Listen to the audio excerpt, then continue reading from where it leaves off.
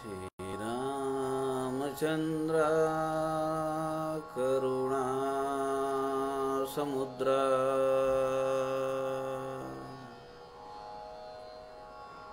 ध्यातो तुझी राजस योग मुद्रा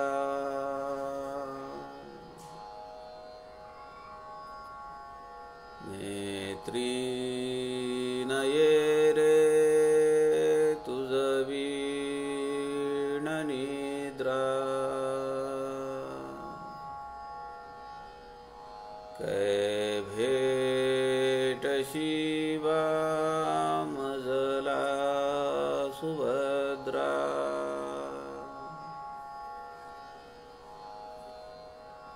सुका सारिखे पूर्ण वैराग्य जाचे वसिष्ठा परी ज्ञान योगेश्वराचे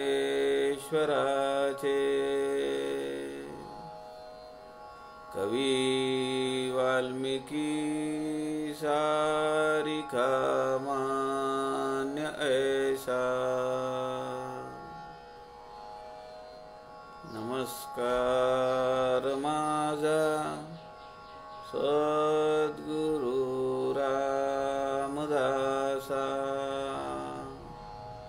जय जय रघुवीर समर्थ सब संतन की जय।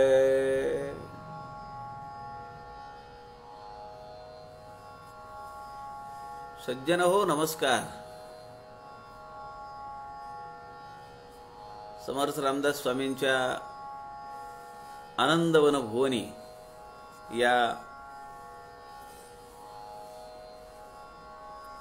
काव्याचा आपण सध्या विचार करतो आहोत।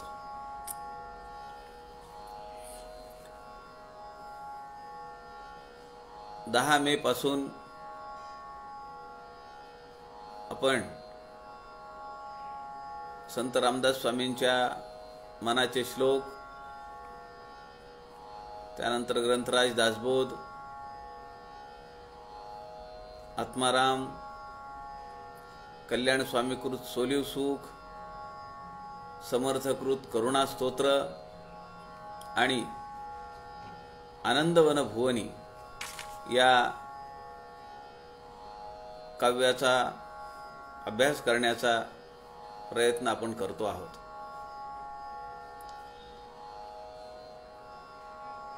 आनंदवन भुवनी या केवळ 59 ओव्या असलेलं हे काव्य समर्थ म्हणतात त्याप्रमाणे काशीला गेल्यानंतर आनंदवन भुवन हे काशीचं जुनं नाव, त्या ठिकाणी गेल्यानंतर समर्थांना जे स्वप्न पडलं आणि ते त्यांनी शब्दबद्ध केलं याचा उल्लेख अनेकांनी त्यांच्या विवेचनामध्ये केलेला आहे। दुसरा एक विचारांचा प्रवाह असा आहे, रामवरदायिनी माता तिच्या परिसरामध्ये महाबळेश्वर आणि प्रतापगड या दरम्यान अत्यंत निसर्गाने समृद्ध असलेला हा परिसर, जागृत देवस्थान असलेली ही रामवरदायिनी माता, तिच्या परिसरामध्ये समर्थांना जे उत्स्फूर्तपणे काव्य प्रकटलं झालं ते हे आनंदवन भुवनी। काही असलं तरी पण हे काव्य अगोदर झालं आणि या काव्यात वर्णन केल्याप्रमाणे परिस्थिती ही नंतर आली। समर्थांसारख्या सिद्ध पुरुषांना पुढे काय होणार आहे भविष्याचे वेद त्यांना अगोदरच कळतात आणि त्याप्रमाणे हे उत्स्फूर्त काव्य समर्थांच्या वैखरीतून प्रकट झालेलं आहे.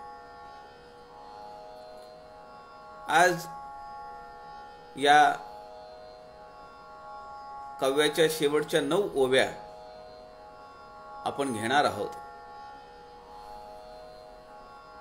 आणि त्यानंतर आदरणीय विनायकराव जोशी आणि इतरांनी सूचित केल्याप्रमाणे समर्थांच्या उपदेशपर कविता याचं चिंतन आपण आता ही दिवाळीची सुट्टी झाल्यानंतर 10 दिवसांनी 22 तारखेपासून 22 नोव्हेंबर पासून आपण पुन्हा आपल्या अभ्यास वर्गासाठी तयार होऊया. 10 दिवसांची ही सुट्टी आपल्याला दीपोत्सव साजरी करण्यासाठी आपल्या सगळ्यांना या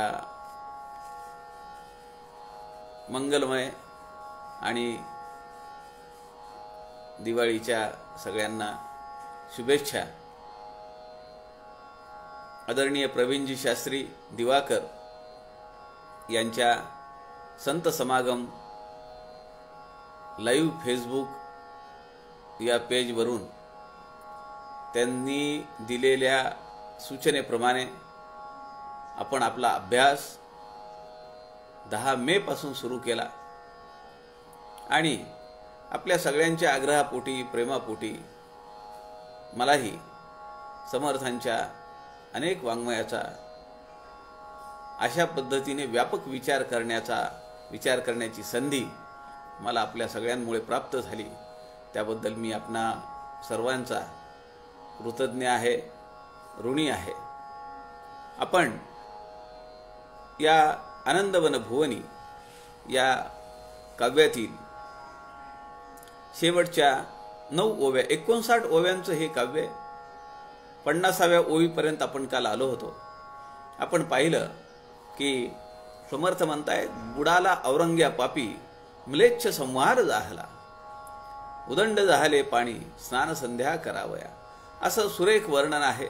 आणि त्यानंतर सगळीकडे धनधान्यानी कोठार भरलेली आहेत, उदंड पाणी झालेलं आहे, सगळा परिसर रम्य झालेला आहे, पवित्र झालेला आहे, शुद्ध झालेला आहे. अशा वेळी त्या आनंदवन भुवनाचं एका दृष्टीने आनंदवन भुवन जर आपण विचार केला तर ही परब्रह्म तदाकारतेची अवस्था आहे. समर्थांनी या ठिकाणी शाब्दिक अर्थाने आनंदवन भुवन हे सगळ्या लोकांसाठी, सगळ्या समाजासाठी एक रामराज्य अवतरलेलं आहे अशी संकल्पना या काव्यातून मांडलेली आहे. गूढार्थाने जर पाहिलं तर ही स्थिती म्हणजे साधकाच्या उत्कट साधनेतून त्याला सिद्धी प्राप्त झाल्या आणि त्यानंतर तो शेवटी आत्मज्ञानापर्यंत पोचला. त्या स्वस्वरूप प्राप्तीची स्थिती ही आनंदवन भुवनी असं गूढार्थाने मानायला आपल्याला काही हरकत नाही. समर्थ 51व्या ओवीत काय म्हणतायत ते पाहूया. श्रीराम समर्थ श्रीराम. गीत संगीत सामर्थ्ये वाद्य कल्लोळ उठिला, मिळाले सर्व अर्थार्थी आनंदवन भुवनी श्रीराम. वेदतो मंद जाणावा सिद्ध आनंद भुवनी, अतुल महिमा तेथे आनंदवन भुवनी श्रीराम. मनासी प्रचित आली शब्दी विश्वास वाटला, कामना पुरती सर्वे आनंदवन भुवनी श्रीराम. येथून वाचती सर्वे ते सर्वत्र देखती, सामर्थ्ये काय बोलावे आनंदवन भुवनी श्रीराम. उदंड ठेविली नामे आपस्तुतीच मांडिली, ऐसे हे बोलणे नाही आनंदवन भुवनी श्रीराम.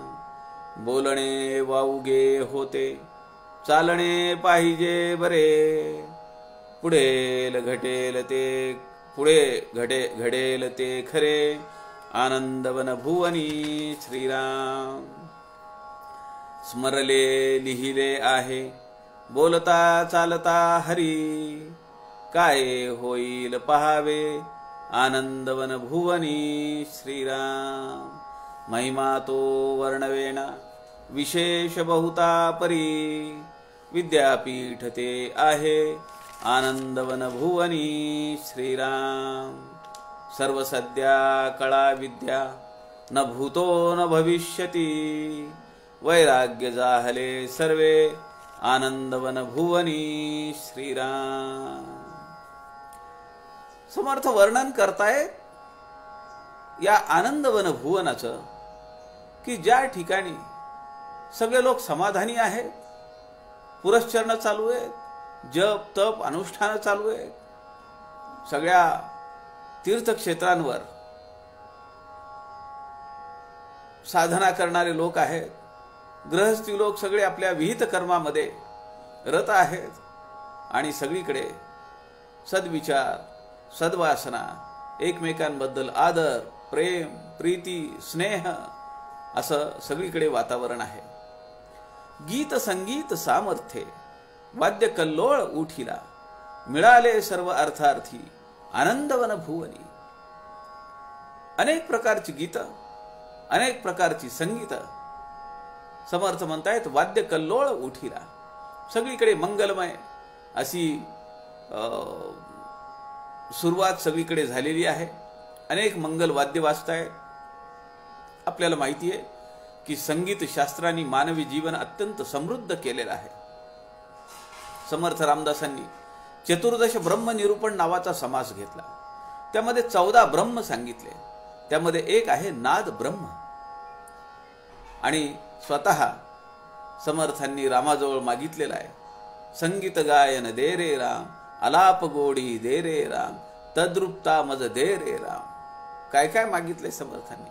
संगीत मागितलं, गायन मागितलं, आलाप मागितले, तद्रूपता मागितली, त्यातली गोडी मागितली. धन्य ते गायनी कळा असं समर्थ म्हणतायत. अहो, मुलं स्त्रिया पुरुष आजारी लोक सुद्धा त्याचं आवडतं जर संगीत आपण ऐकायला दिलं तर त्याला त्या आजारपणातून काही वेळ का होईना पण त्याचा विसर पडतो, त्यातून मुक्तता मिळते. मुलं सुद्धा थिरकायला लागतात. आपल्याला सुद्धा एक वेगळा आनंद त्या संगीतातून मिळतो. सगळ्यांनाच काही संगीत समजतं अशातला भाग आहे का? त्यातले आलाप, त्यातला ठेका, त्यातले वेगवेगळे राग हे सगळ्यांना समजतं अशातला भाग नाहीये. पण ते अत्यंत श्रवणीय आहे, ते अत्यंत गोड आहे आणि एक वेगळा आनंद प्राप्त करून देणार आहे याची जाणीव प्रत्येकाला होते. कुणाला रॉक संगीत आवडेल, कुणाला ते पॉप म्युझिक आवडेल, कुणाला शास्त्रीय संगीत आवडेल, कुणाला भावगीतं आवडतील, कुणाला भक्तिगीतं आवडतील. पण त्या नादामध्ये माणूस आपलं दुःख हलकं करू शकतो. त्या दुःखापासून काही वेळ का होईना त्याची मुक्तता होऊ शकते. माणूसच नव्हे, मुलंच नव्हे, स्त्रियाच नव्हे, तर पशु पक्षी सुद्धा गायनाने मोहित होतात. वेगवेगळे आलाप, वेगवेगळे राग याच्याने हे नाद ब्रह्म अत्यंत ज्ञानघन असं आहे. गायनाची आवड असणारा माणूस जीवनाकडे वेगळ्या नजरेने पाहतो. त्याचं जीवन तो परिपूर्ण करून घेण्याचा प्रयत्न करतो. ज्याला गाता गळा असतो तो गायन करतो. ज्याला केवळ ऐकण्यामधला आनंद मिळतो तो श्रवण करतो. पण त्यातून समर्थ जसं म्हणतात, गीत संगीत सामर्थ्य, एक वेगळं सामर्थ्य मानवी जीवनाला या संगीतातून प्राप्त होत आहे. वाद्य कल्लोळ उठिला, मिळाले सर्व अर्थार्थी, आनंदवन भुवनी. समर्थ धन्य ते गायनी कळामध्ये म्हणतात, एकाकी महंती येते, उदंड कीर्ती वाढते, विख्यात सकळे लोकी, धन्य ते गायनी कळा. राहती लोक ते राजी, आवडी उपजे मनी, वर्णिता कीर्ती देवाची, धन्य ते गायनी कळा. भक्तीची आवडी मोठी, करुणा कीर्तने बरी, भक्तांची आवडी भक्ता, धन्य ते गायनी कळा. मोठं काव्य, त्यातल्या काही ओव्या मी या ठिकाणी घेतल्या. धन्य ते गायनी कळा. गायन आहे, संगीत आहे, त्यातले वेगवेगळे ठेके आहेत, आलाप आहेत. या सगळ्यांचं एक या सगळ्यांच्या श्रवणाचा एक वेगळा आनंद मानवी जीवनाला मिळतो. मानवी जीवनाला, तना मनाला तो प्रसन्न करून टाकतो. या ठिकाणी मिळाले सर्व अर्थार्थी असा एक शब्द, असं एक तिसरा चरण आलेला आहे. आपल्याला माहिती आहे की भगवंतानी 4 भक्तांचं वर्णन केलेलं आहे. अर्थ, अर्थार्थी, जिज्ञासू आणि ज्ञानी. समर्थ या ठिकाणी म्हणतात, मिळाले सर्व अर्थार्थी, आनंदवन भुवनी. आनंदवन भुवन या त्याची अनुभूती घेण्यासाठी साधकाच्या मनामध्ये अर्थता आहे. अर्थतेने तो साध घालतो आणि त्याला ती स्थिती प्राप्त होते. अर्थ, अर्थार्थी, यातून काही अर्थ प्राप्त होईल का, द्रव्य प्राप्त होईल का? संगीत गायन कलेमधून या दोन्ही गोष्टी प्राप्त होऊ शकतात. अर्थ, अर्थार्थी, जिज्ञासू. काही मंडळी या सगळ्या संगीत गायन कलेची जिज्ञासू म्हणून चिकित्सा करतात. त्यावर अनेक त्यांचे स्वतःचे मतं मांडतात. वेगवेगळे राग जन्माला येतात, त्यामध्ये त्यांचा अभ्यास होतो. अर्थ, अर्थार्थी, जिज्ञासू आणि ज्ञानी अशी सगळी मंडळी आनंदवन भुवनी एकत्र आलेली आहेत, असं समर्थ या ठिकाणी सांगतायत. पुढच्या ओवीमध्ये समर्थ म्हणतायत, वेद तो मंद जाणावा, सिद्ध आनंद भुवनी, अतुल महिमा तेथे, आनंदवन भुवनी. आनंदवन भुवनी केवळ संगीत, भगवंताचं सगुण पूजन आणि उत्सवच होतात असं नाही, तर जे बुद्धीने मंद आहे, पहा समर्थांच्या शब्दांची रचना, जे बुद्धीने मंद आहेत, ज्यांची गती विद्वत्तेच्या बाबतीत, व्यासंगाच्या बाबतीत कमी आहे, बुद्धीने मंद असलेले सुद्धा वेदांचं अध्ययन करून ज्ञानार्जन प्राप्त करत आहेत, ते सिद्ध होत आहेत. आपण पाहिलंय मनाच्या श्लोकांमध्ये 205वा श्लोक तो सांगतो की जे मंद आहेत त्यांना सुद्धा गती प्राप्त होते. मनाची शते ऐकता दोष जाती, अनेक दोष त्यातले जातात. जे मतिमंद आहेत ते साधना योग्य होती. समर्थ या ठिकाणी म्हणताय, आनंदवन भुवनी, वेद तो मंद जाणावा. जो मंद आहे तो सुद्धा वेदांचं अध्ययन करून ज्ञान प्राप्त करून घेतो, तो सिद्ध होतो. सिद्ध आनंदवन भुवनी. ज्याप्रमाणे बद्धांचे मुमुक्षु होतात, मुमुक्षूंचे साधक होतात आणि साधकांचे सिद्ध होतात, त्याप्रमाणे आनंदवन भुवनी अशा बद्धापासून ज्ञानी अवस्थेपर्यंत जाण्याची सगळी प्रक्रिया या ठिकाणी पूर्ण होतीये. वेदांचं वर्णन करत असताना समर्थ दासबोधामध्ये म्हणतात, वेदे बद्ध केले सर्व, मुक्त शूक वामदेव, वेदवचनी अभाव, कैसा धरावा श्रीराम. वेदशास्त्रे पुराणे, कैसी होती अप्रमाणे, दोघा वाचून तिसरा कोणे, उद्धरावा श्रीराम. ग्रंथ मात्र महाराष्ट्र, त्याहून संस्कृत श्रेष्ठ, त्या संस्कृतामध्ये स्पष्ट, थोरतो वेदांत श्रीराम. वेद, वेदांत, उपनिषद ही सगळी अपौरुषेय वाणी आहे आणि यामध्ये सांगितलेला गर्भितार्थ जो आहे तो मानवी जीवनाचा कल्याणकारी अर्थ सांगणारा हा सगळा खटाटोप आहे. वेदे बद्ध केले सर्व मुक्त शुक वामदेव. जे बद्ध आहेत त्या सगळ्यांना शुक, वामदेव, अनेक संत महंतांची मांदियाळी आहे, त्या सगळ्यांना समर्थ म्हणतात की मुक्त केलेले. वेदवचनी अभाव कैसा धरावा. वेदांच्या वचनामध्ये त्यात न्यून कसं मानायचं आपण, त्यात कमीपणा कुठलाही नाही. वेदशास्त्रे पुराणे कैसी होती अप्रमाणे. कसं काय ते अप्रमाण असेल. दोघा वाचून तिसरा कोण उद्धरावा. मानवी जीवनाला उद्धार करायचा असेल तर वेदांचा अभ्यास, उपनिषदांचा अभ्यास, वेदांच्या 4 महावाक्यांचा अभ्यास, याचा आपण विचार केला पाहिजे. म्हणून समर्थ म्हणतायत की आनंदवन भुवनी या अत्यंत परमानंद अवस्थेमध्ये जे मंद आहेत ते वेदांचा अभ्यास करून ज्ञानी झाले, ते सिद्ध झाले. अतुल महिमा तेथे. या आनंदवन भुवनीचा काय महिमा वर्णन करावा असं समर्थ म्हणतात. 4 वेदांची वाक्य आपल्याला माहिती आहेत. सामवेद, अथर्ववेद, यजुर्वेद, ऋग्वेद या 4ही वेदांची महावाक्य आहे. आणि या अयनात्मा ब्रह्म, प्रज्ञानम ब्रह्म, अहम ब्रह्मास्मी, तत्वमसी या सगळ्यांचा अर्थ एकच आहे की त्या परब्रह्म स्वरूप स्थिती जी आहे त्या परब्रह्माचा मी अंश आहे. मी भलेही जीवात्मा असेल परंतु हा देह मिळालेला आहे.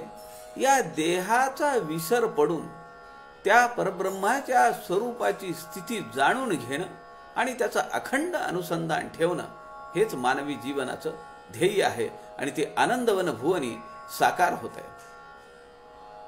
पुढे समर्थ म्हणतात, मनासी प्रचित आली, शब्दी विश्वास वाटला, कामना पुरती सर्वे आनंदवन भुवनी. मनासी प्रचित आली, मला प्रचिती आलेली आहे. समर्थांनी स्पष्ट सांगितलंय. शब्दी विश्वास वाटला. ज्या शब्दांमध्ये हे सगळं लिहून ठेवलेलं आहे त्या शब्दांवरचा विश्वास माझा वाढलाय. कारण श्रीरामाच्या आणि रामवरदायिनी मातेच्या कृपेचा मला अनुभव आलेला आहे. कामना पुरती सर्वे. काय कामना होती? स्वस्वरूप ज्ञानाची कामना, आत्मज्ञान प्राप्तीची कामना. हेच तर मानवी जीवनाचं प्रयोजन आहे. ही कामना पूर्ण झाली आहे. हा संकल्प पूर्ण झालेला आहे. आणि असाच संकल्प सर्व साधकांचा देखील पूर्ण होणार आहे. आनंदवन भुवनी असं समर्थ म्हणतात. या ठिकाणी समर्थांनी शब्द ठेवलेला, वाक्य ठेवलेले एक कडवट आहे. शब्दी विश्वास वाटला. कुणाच्या शब्दाचा विश्वास वाटला? कुणाबद्दल असा विश्वास वाटला? शब्दी विश्वास वाटला. कुणाच्या शब्दाचा? तर समर्थांनी जे शब्दबद्ध केलेलं आहे आणि त्यांना जे स्वप्न पडलेलं आहे ते त्यांनी पुढे लिहिलंय की जसं मला दिसलं, जसं मला स्वप्नात आलं तसं ते स्मरण झालं आणि मी ते लिहून ठेवलं. जसं रामरक्षा स्तोत्र बुधकौशिक ऋषींना स्वप्नामध्ये सगळं जे सांगितलं गेलं ते त्यांनी पहाटे उठून शब्दबद्ध करून ठेवलं. जसंच्या तसं ते त्यांनी लिहून ठेवलं. त्याप्रमाणे समर्थ दासबोधामध्ये सुद्धा आपल्याला म्हणतात, असो ऐसा जो वेदांत, त्या वेदांताचाही मतितार्थ, अति गहन जो परमार्थ, तो तू ऐक आता श्रीराम. अरे गहनाचे ही गहन, ते तू जाण सद्गुरु वचन. सद्गुरु वचने समाधान, नेमस्त आहे श्रीराम. सद्गुरु वचन तोची वेदांत, सद्गुरु वचन तोची सिद्धांत, सद्गुरु वचन तोची धादांत, सप्रचित आता श्रीराम. जे अत्यंत गहन माझ्या स्वामीचे वचन, जेणे माझे समाधान अत्यंत झाले श्रीराम. शुद्ध ज्ञान निरूपण समासामध्ये हे वर्णन समर्थ करतात. आणि या आनंदवन भुवनी या काव्यामध्ये 53व्या कडव्यामध्ये समर्थ म्हणतात, मनासी प्रचित आली, मला प्रचिती मिळाली आहे. शब्दी विश्वास वाटला. माझ्या सद्गुरूंनी दिलेल्या शब्दाचा विश्वास मला वाटला आहे. कामना पुरती सर्वे. सगळ्या कामना पुरणार आहेत. कारण हे शब्द कुणाचा आहे? माझ्या सद्गुरूंचा आहे. आणि समर्थ म्हणतायत, जे अत्यंत गहन माझ्या स्वामीचे वचन, जेणे माझे समाधान अत्यंत झाले. असं समाधान तुझं सुद्धा झालं पाहिजे, असं समर्थ या ठिकाणी आपल्याला सांगतायत. असो ऐसा जो वेदांत, त्या वेदांताचाही मतितार्थ. काय वेदांताचा मतितार्थ आहे? सद्गुरूंच्या वचनावर दृढ निष्ठा. आपण आत्मारामामध्ये पण पाहिलेलं आहे. सद्गुरूंच्या शब्दावर अत्यंतिक निष्ठा आणि अनन्य शरणागतता सद्गुरूंच्या प्रती, या दोन गोष्टींनी शिष्याला त्याचं आढळपद प्राप्त झालं. म्हणून या ठिकाणी समर्थ म्हणतात, अरे गहनाचेही गहन ते तू जाण सद्गुरु वचन. सद्गुरु वचन हे समाधान नेमस्त आहे, नक्की मिळणार आहे.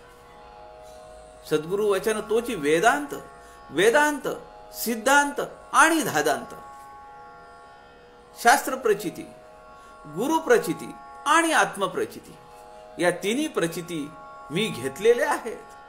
म्हणून समर्थ या ओवीमध्ये असं म्हणतायत की मनासी प्रचित आली, या तिन्ही प्रचिती मला प्राप्त झालेल्या आहेत.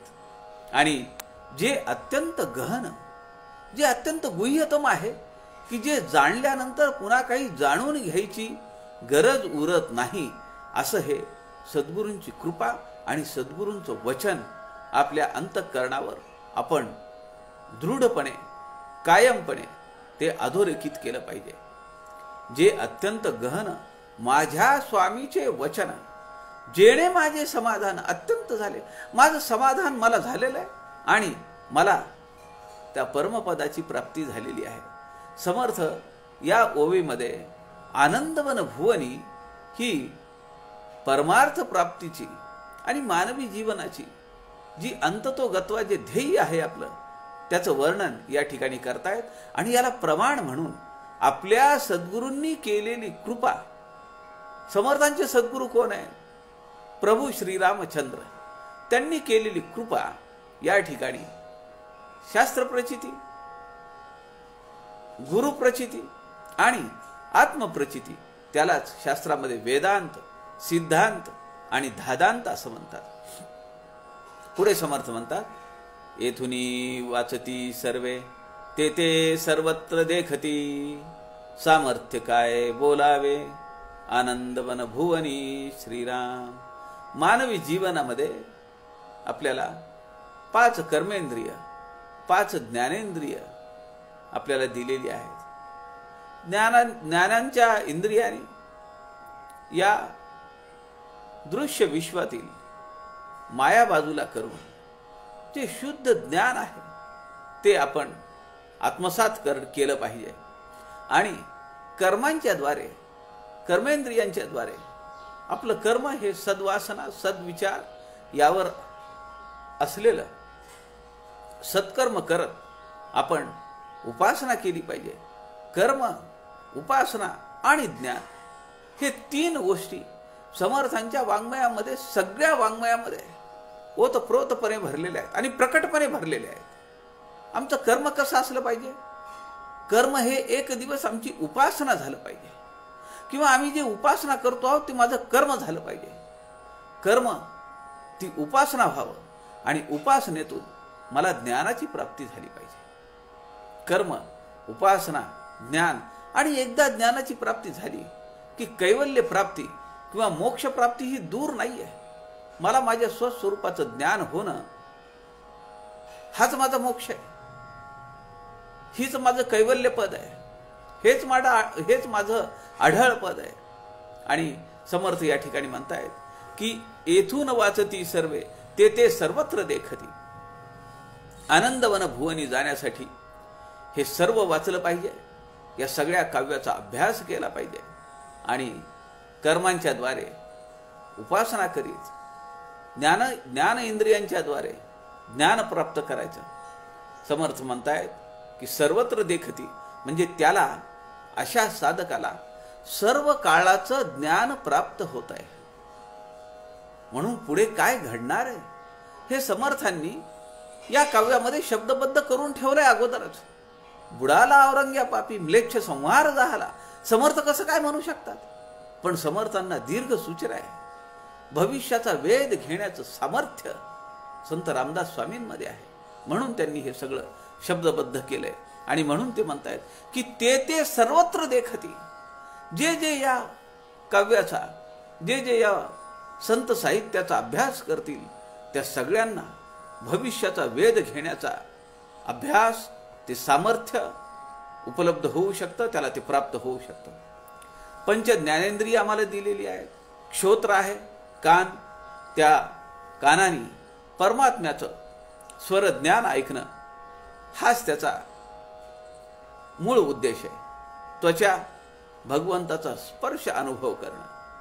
चक्षु ज्याला आपण डोळ्याचा डोळा म्हणतो, त्या डोळ्यांचा डोळा भेदून पलीकडे परब्रह्म स्वरूपाला पाहणं हा डोळ्यांचा मोक्ष आहे. जिव्हा त्या स्वरूपाचं वर्णन करणे जिव्हेनी त्यांचा अखंड नाम संकीर्तन करणे हे जिव्हेचा मोक्ष आहे. घ्राण त्याच्या अस्तित्वाचा गंध जाणणे.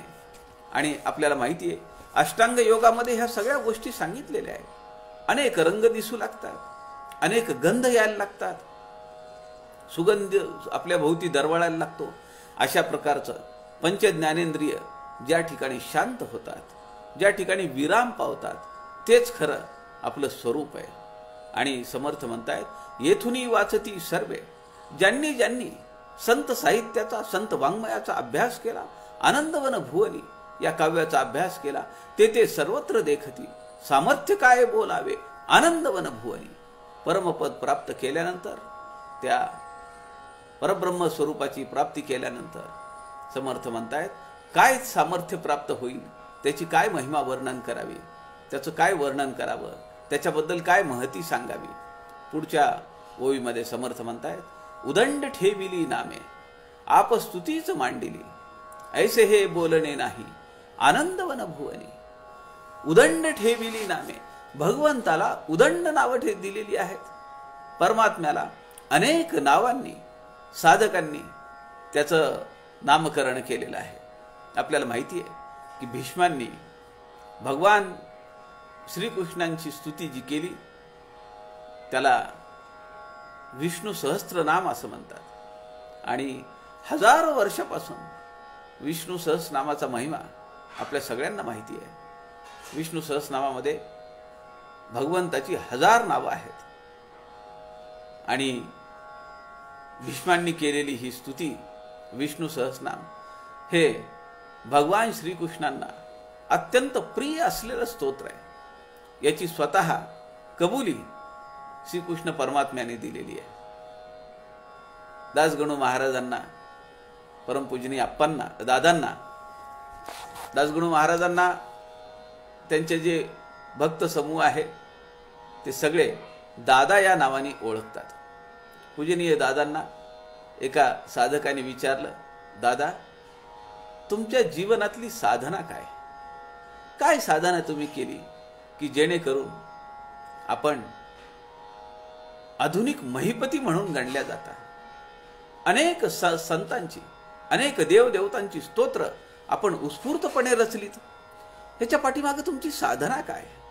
खरं तर पूजनीय दासगणू महाराज हे ब्रिटिश काळामध्ये पोलिसांच्या नोकरीमध्ये होते. पोलीस म्हणून नोकरीला होते. आणि आपल्याला त्यांच्या जीवन चरित्रातला प्रसंग माहिती असेल की त्यांनी एक महाभयानक डाकू होता आणि त्याच्यावर जे ब्रिटिश सरकारने पारितोषिक ठेवलेलं होतं त्याला शोधून देण्याचं काम जो करील त्याच्यासाठी हे पारितोषिक ठेवलेलं होतं. त्याला हुडकून काढण्यात आणि त्याला जेरबंद करण्यात दासगणू महाराजांचा फार मोठा वाटा आहे. त्यांनी त्या डाकूला शोधून काढला कारण ते पोलीस होते. आणि त्यानंतर त्यांच्या जीवनामध्ये शिर्डीला गेल्यानंतर साईबाबांचे दर्शन घेतलं आणि साईबाबांनी त्यांना सांगितलं की ही नोकरी सोडून दे. आणि एक वेळ अशी आली की साईबाबांनी त्यांची नोकरी सोडायला लावली आणि त्यांना कीर्तनाची परंपरा दिली. आज आपल्याला कल्पना नाही आहे, परंतु अनेक आख्यानं, साधू संतांवरची कीर्तनाची आख्यानं पूजनीय दादांनी रचलेली आहे. अत्यंत नादमाधुरी असलेली ही आख्यानं आणि खूप मोठी साधना दासगणू महाराजांनी अनेक संतांची, साईबाबांची असतील, अनेक देवदेवतांची असेल, गजानन महाराजांची, अनेक पोथ्या, अनेक चरित्र दासगणू महाराजांनी रचून ठेवलेली आहेत. दासगणू महाराज त्या शिष्याला म्हणाले, ज्याने विचारलं की दादा आपल्या जीवनातली साधना काय, आध्यात्मिक साधना काय, तेव्हा दासगणू महाराज म्हणाले, माझ्या आयुष्यात असा एकही दिवस नाही, जेव्हापासून मला समज आली आहे तेव्हापासून माझ्या आयुष्यात एकही असा दिवस गेला नाही की ज्या दिवशी मी विष्णू सहस्रनामाचे 12 पाठ केलेले नाहीत. सज्जन हो, विष्णू सहस्रनामाचं हे फार महत्व आहे. हा अमोल साठा आपल्या सगळ्यांना भीष्मांनी, पितामह भीष्मांनी दिलेला आहे. समर्थ म्हणतात, उदंड ठेविली नामे आप स्तुतीच मांडिली, ऐसे हे बोलणे नाही. पण एवढी स्तुती असून सुद्धा, भगवंताची एवढी नावं असून सुद्धा भगवंत कसा आहे? भगवंताच्या या विष्णू सहस्रनामामध्ये त्याच्या नावांची रचना करताना एक ओवी अशी आहे, अमानी मानदो मान्यो लोकस्वामी त्रिलोकध्रुव, सुमेधा मेदजो धन्य सत्यमेधा धरा धरा. काय अर्थ आहे याचा? अमानी मानदो मान्यो लोकस्वामी त्रिलोकध्रुव, सुमेधा मेदजो धन्य सत्यमेधा धरा धरा. भगवंत कसा आहे? अमानी, त्याला कुठलाही मान लागत नाही. किमान हे 3 गुण तरी आमच्या जीवनामध्ये यावेत का? आम्हाला कुणालाही मान लागत नाही. मान दिला पाहिजे, सन्मान दिला पाहिजे, माझा सत्कार केला पाहिजे, असं आम्हाला कधीही वाटता उपयोगी नाही. अमानी मान दो, जो इतरांना मान देतो, इतरांचा सत्कार करतो, इतरांची स्तुती करतो, मान दो. मान्य, तो सगळ्यांना मान्य होईल असं त्याचं वर्तन आहे. अमानी मान दो, मान्यो असा काय होईल? लोकस्वामी त्रिलोकध्रुव, तिन्ही लोकांचा तो स्वामी होऊ शकतो.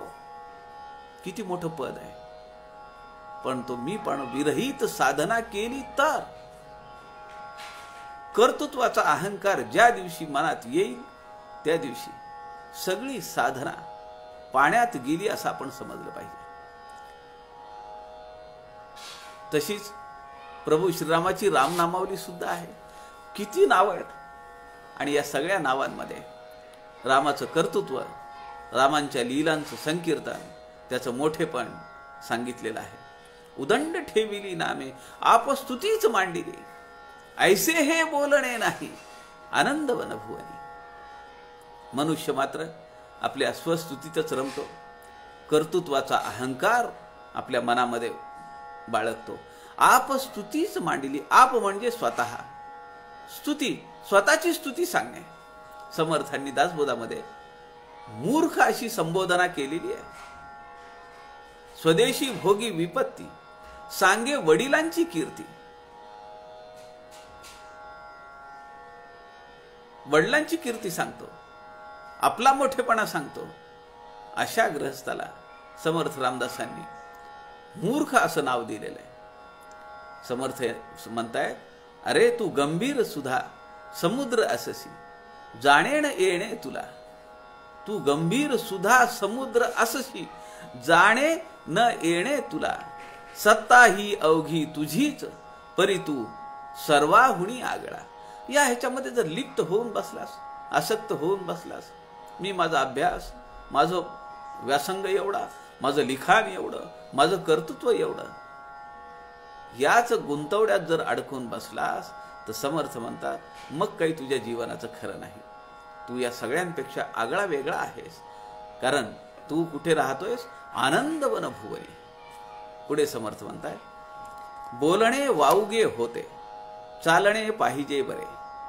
पुढे घडेल ते खरे आनंदवन भुवनी. बोलणे वावगे होते. केव्हा वावगं होईल बोलणं, किंवा निर्फळ होईल बोलणं? जर वागण्या बोलण्यात फरक असेल तर, करनी और कथनी में जब फरक पडेगा, मग ते सगळं निर्फळ होणार आहे. विचार आणि आचारामध्ये फरक जर पडला तर ते सगळं बोलणं हे निर्फळ होईल, व्यर्थ होईल. बोले तैसा चाले त्याची वंदावी पाऊले, आपण सगळेच जण म्हणतो. स्वामी विवेकानंद परदेश युरोप वारीमध्ये असताना त्यांची प्रवचन व्हायची. हजारो लोक प्रवचनाला यायचे. लाखो रुपयाचा निधी त्या काळामध्ये स्वामी विवेकानंदांच्या ट्रस्टला जमा झालेला युरोपमध्ये, भारतात नव्हे.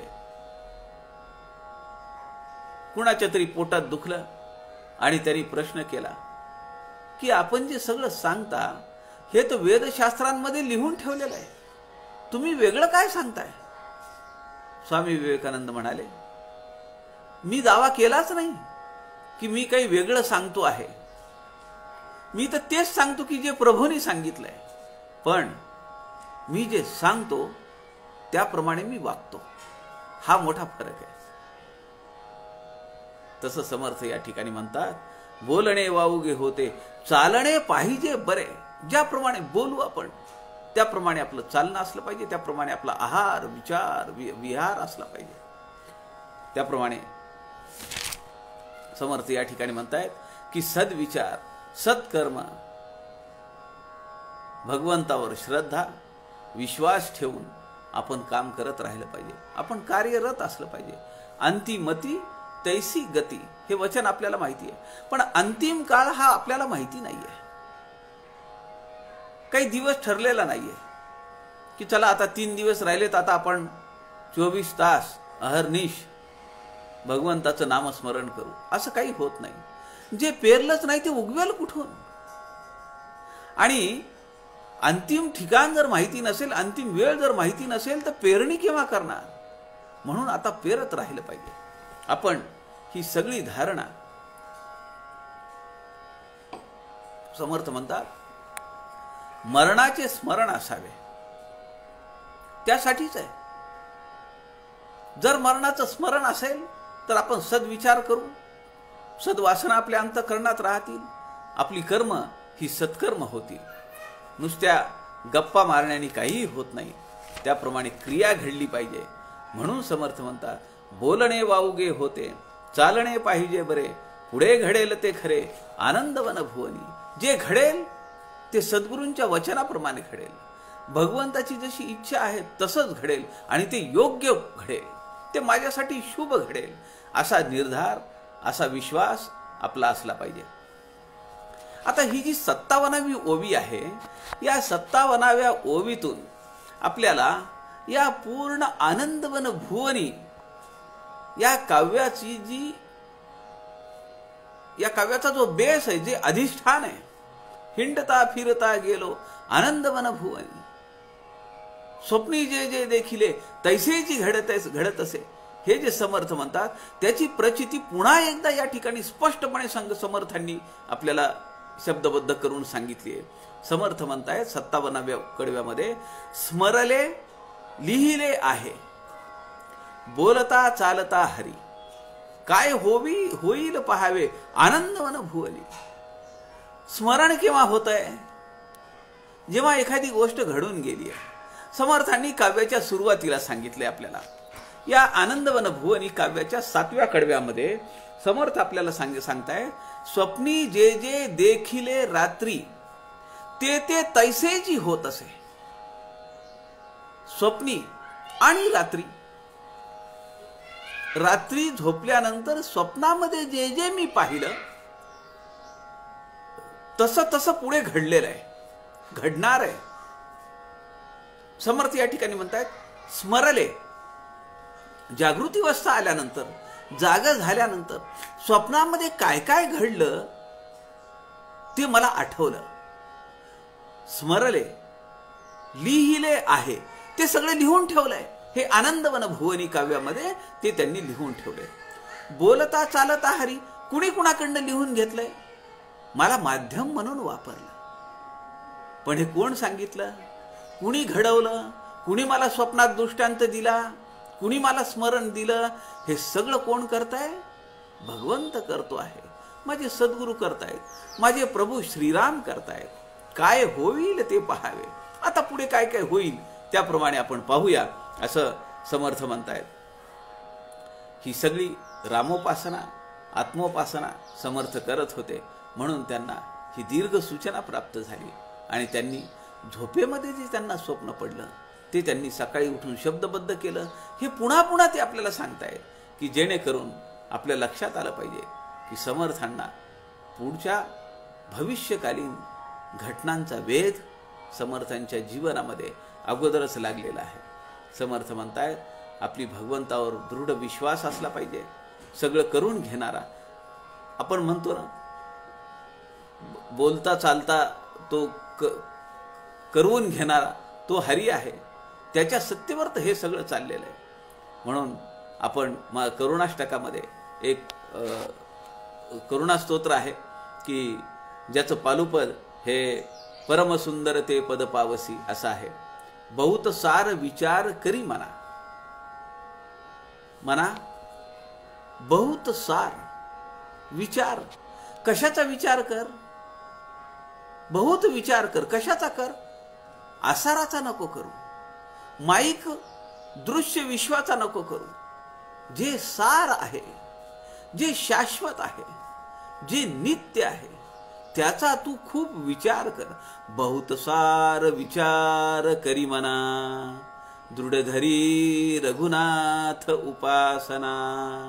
रघुवीरा भजताची सुखावसी, परमसुंदर ते पद पावसी. जेव्हा समर्थ संप्रदायामध्ये जेव्हा जेव्हा माळ घ्यायची तेव्हा तेव्हा माळेच्या पूर्वी म्हणावयाचा श्लोक म्हणून या करुणा स्तोत्राचं हे पहिलं जे कडवं आहे ते म्हणण्याचा प्रघात ती परंपरा आहे. आणि यानंतर हा श्लोक म्हणल्यानंतर श्रीराम जय राम जय जय राम हे त्रयोदशाक्षरी मंत्राची एक माळ जपली जाते. या ठिकाणी समर्थ म्हणतायत स्मरले लिहिले आहे, बोलता चालता हरी. काय होईल ते पहावे, कारण तो हे सगळं करणार आहे. आणि म्हणून विचार कशाचा केला पाहिजे? साराचा विचार केला पाहिजे, शाश्वताचा विचार केला पाहिजे, नित्याचा विचार केला पाहिजे.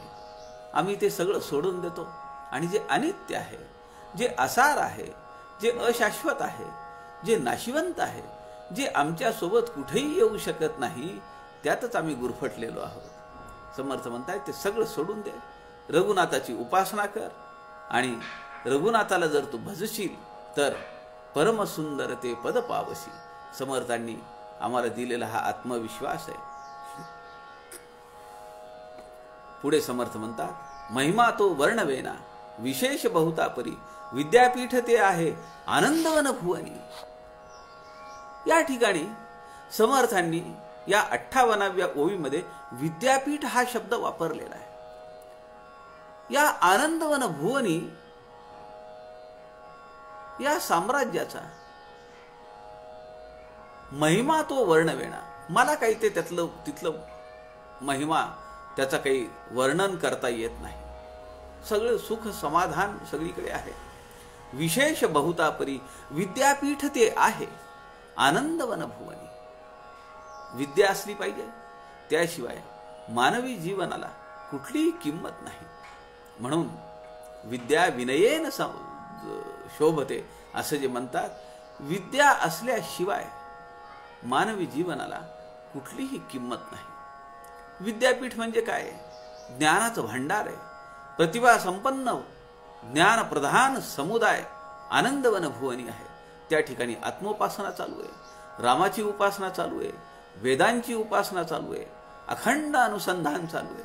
विद्येची देवता सरस्वती तिथं प्रसन्न आहे. आपल्याला माहिती आहे की आंध्र प्रदेशमध्ये बासर या ठिकाणी सरस्वतीचं ठाण आहे. आपल्यापैकी किती जण गेलेले आहेत मला माहिती नाही, परंतु आमच्याकडे महाराष्ट्रामध्ये, आंध्रामध्ये, कर्नाटकामध्ये आपण मुलगा मुलगी आपली थोडी मोठी झाली की शाळेत घालायच्या अगोदर बासरला न्यायची अशी एक प्रथा आहे. बासरला घेऊन जायचं लहान मुलांना 3 वर्षाचा वगैरे 4 वर्षाचा असताना त्याला घेऊन जायचं आणि त्या ठिकाणी पाटी पेन्सिल सगळी ती दुकानं लागलेली आहेत. त्या ठिकाणी ती पाटी पेन्सिल घ्यायची आणि त्या ठिकाणी अक्षर पूजा करायची. गुरुजी सांगतात, काही संकल्प सांगतात, त्याप्रमाणे मुलाचा हात धरून आपण त्या ठिकाणी त्याला त्याच्या विद्यार्जनाचा पहिला धडा बासरला द्यायचा. प्रघात ती एक परंपरा, त्याला पाटीपूजा असं म्हणतात. ती पूजा करण्याचं एक व्रत किंवा एक जीवनातला एक प्रसंग म्हणून लहान मुलांना त्या ठिकाणी घेऊन जाण्यासाठी बरीच जण येत असतात. समर्थ म्हणतायत की या आनंदवन भुवनी विशेष महिमा कशाचा आहे? विद्यापीठाचा आहे, विद्यार्जन करणे. म्हणून समर्थ दासबोधामध्ये म्हणतात,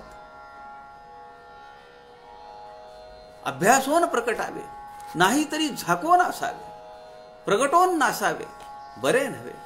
जे काही बोलायचं असेल, जे काही सांगायचं असेल, जे काही करायचं असेल तर आपण त्यासाठी अभ्यास केला पाहिजे आणि अभ्यासोन प्रकटावे. त्याचा अभ्यास झाला पाहिजे, सांगोपांग त्यावर चर्चा झाली पाहिजे. समर्थ म्हणतायत विद्यापीठ ते आहे आनंदवन भुवनी. आदिशक्तीच्या स्तोत्रामध्ये समर्थांनी अनेक स्तोत्र या जगन्मातेवर लिहिली आहेत, देवीवर लिहिली आहेत. एका स्तोत्रामध्ये, त्या स्तोत्राला नाव आहे आदिशक्तीचं स्तोत्र. त्या स्तोत्रामध्ये या विद्येचा, या अभ्यासाचा संदर्भ संत रामदास स्वामींनी घेतलेला आहे. समर्थ म्हणतायत, वसे मुख्य नेत्री तथा शब्द श्रोत्री, सदा सर्व गात्री दिसे प्राणी मात्री. पहा तर्कशास्त्री, पहा न्यायशास्त्री, पहा शिल्पीशास्त्री, पहा सर्वशास्त्री, पहा मंत्रयंत्री सूत्र मात्री, पहा मूळ मंत्री अरत्री परत्री, पहा वेदशास्त्री, पहा शास्त्र मात्री, पहा कीर्ती मात्री, पहा काव्य मात्री, पहा ग्रंथ मात्री, पहा श्लोक मात्री, पहा शब्द मात्री, सुचित्री विचित्री. समस्तासी करणे, समस्तासी धरणे, समस्तासी हरणे, समस्तासी विवरणे. जगज्योतीने राखिले आपणासी, म्हणे दास हे सौख्य राशी विलासी. किती मात्रा आपल्याला माहिती आहे?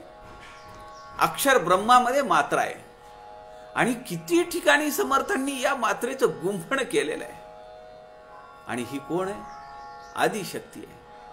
आणि आदिशक्ती ही रामवरदायिनी आहे.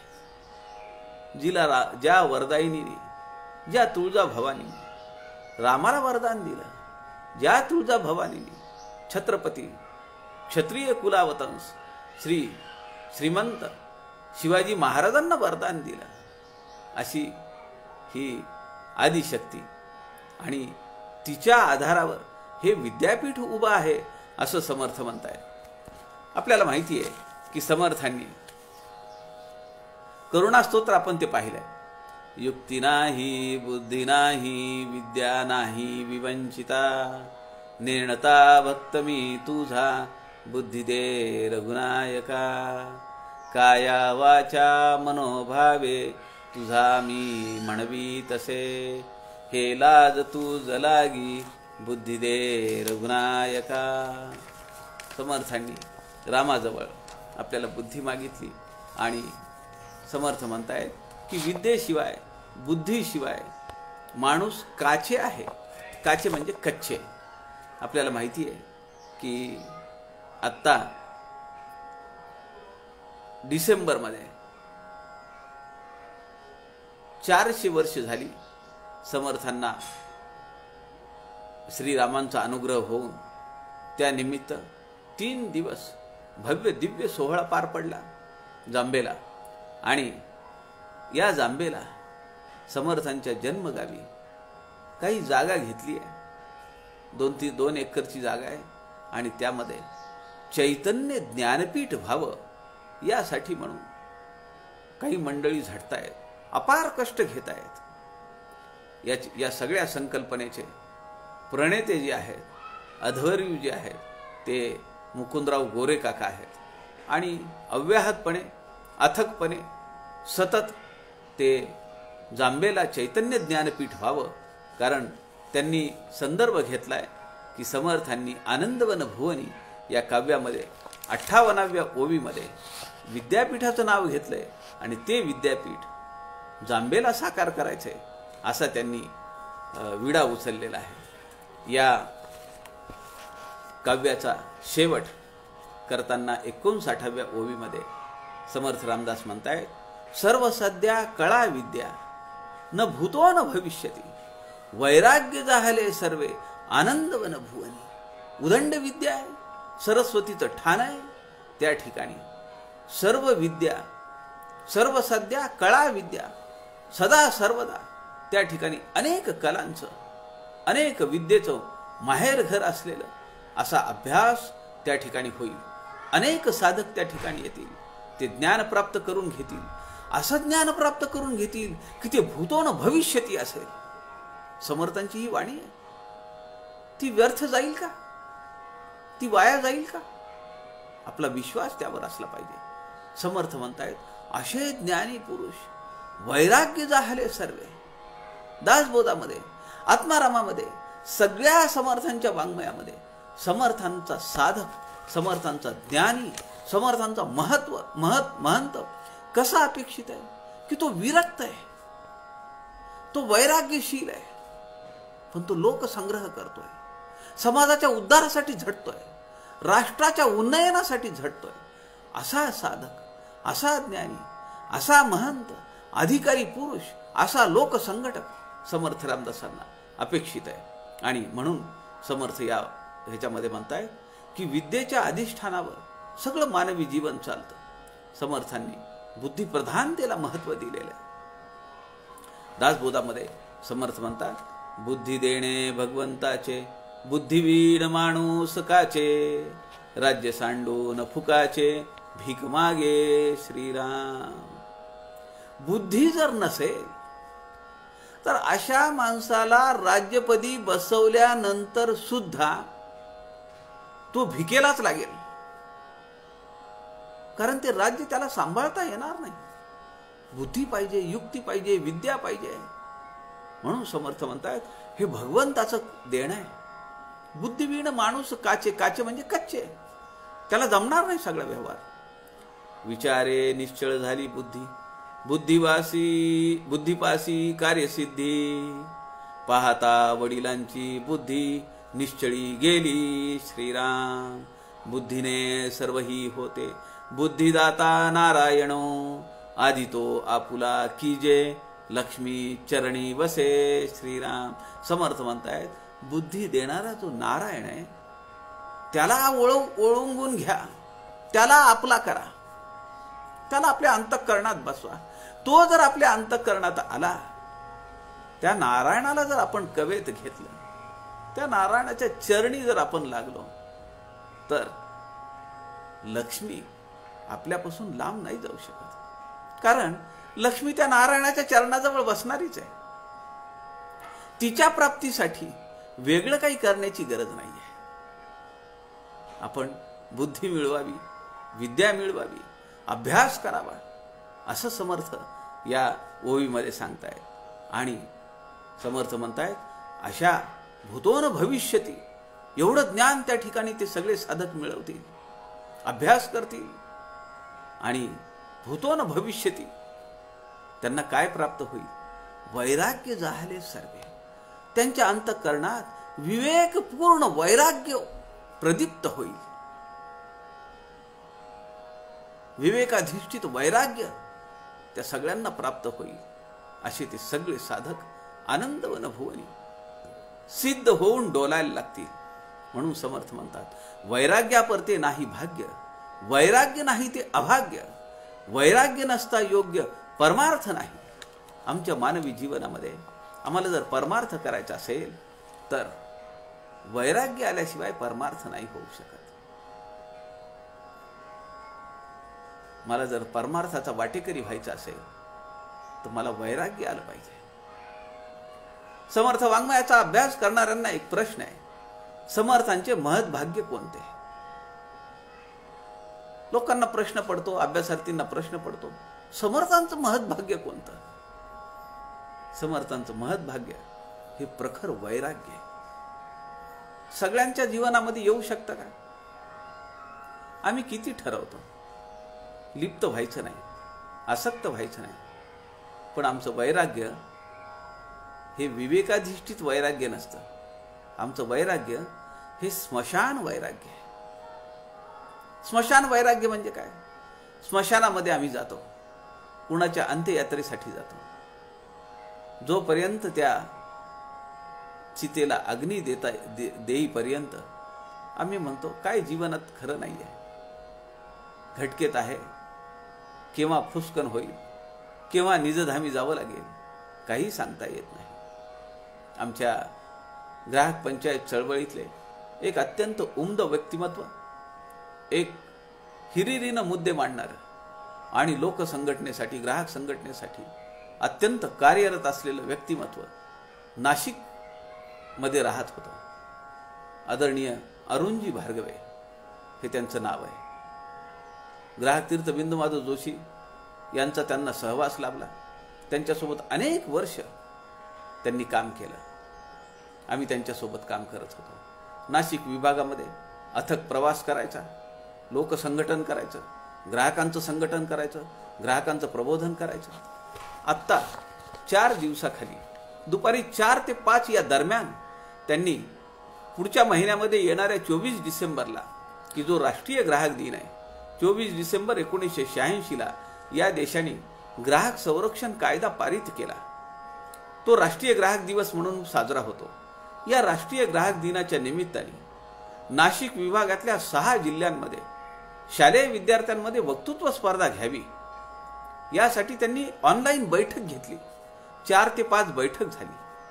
6 वाजता ते बाहेर पडले आणि रस्त्यावर जात असताना गाडीने त्यांना धडक दिली आणि 6:30 पावणे 7च्या दरम्यान त्यांना जबर अपघात झाला.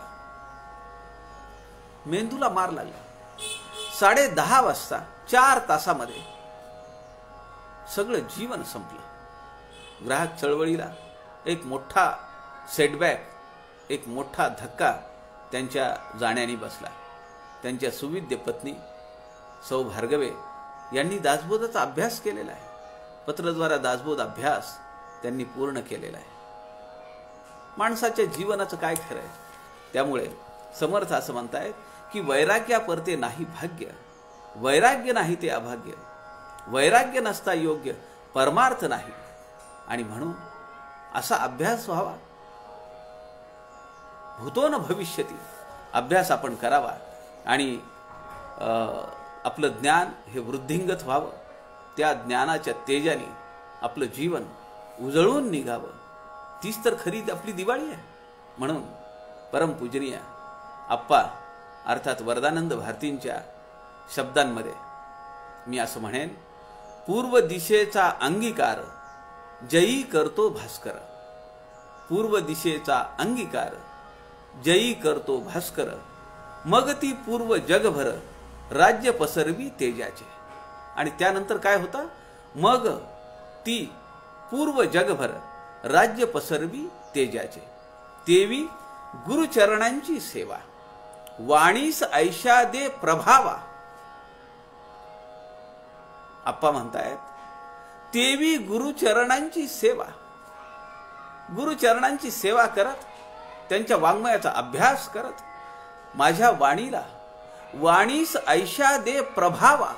ती अशी प्रभा दे, असं ज्ञान दे, अशी दीप्ती दे, असं उजळून टाकू दे माझ्या वाणीला की श्रोत्यांच्या ज्ञानास व्हावा. काय उपमाय. आणि बरोबर तो श्लोक आपल्या या संत समागम व्यासपीठाच्या व्यासपीठाला किंवा आपला जो उपक्रम चालू आहे त्याला तो योग्य लागू पडतोय. आप्पा पुढे म्हणतायत की श्रोत्यांच्या ज्ञानास व्हावा लाभ दसरा दिवाळीचा. सज्जन हो, असा अभ्यासाचा, ज्ञानाचा आणि त्याच्या प्रभेचा तो लाभ आपल्या सगळ्यांच्या जीवनाला उजळून टाको. येणारी दिवाळी, दीपोत्सव आपल्या ऐहिक, पारमार्थिक, लौकिक आणि पारलौकिक जीवनाला उजळून टाको, आपली अध्यात्माची मार्गक्रमणाची गती ही वृद्धिंगत हो, अशी त्या परमात्म्याला, समर्थांना प्रार्थना करतो. आपल्या सगळ्यांच्या हृदयस्थ परमेश्वरास नमस्कार करतो. आणि 22 तारखेपर्यंत आपण सुट्टी घेऊया, दिवाळी साजरी करूया आणि 22 तारखेपासून आपण पुनश्च भेटूया दुपारी 3 ते 4 या काळामध्ये. समर्थांची उपदेशपर कविता या नवीन अभ्यासासह आपल्या सगळ्यांना पुनश्च आपण एकदा शुभेच्छा देतो. आपल्या सगळ्यांना आपल्या हृदयस्थ परमेश्वरास नमस्कार करतो. झालेली सेवा समर्थांच्या चरणी अर्पण करतो. जय जय रघुवीर समर्थ.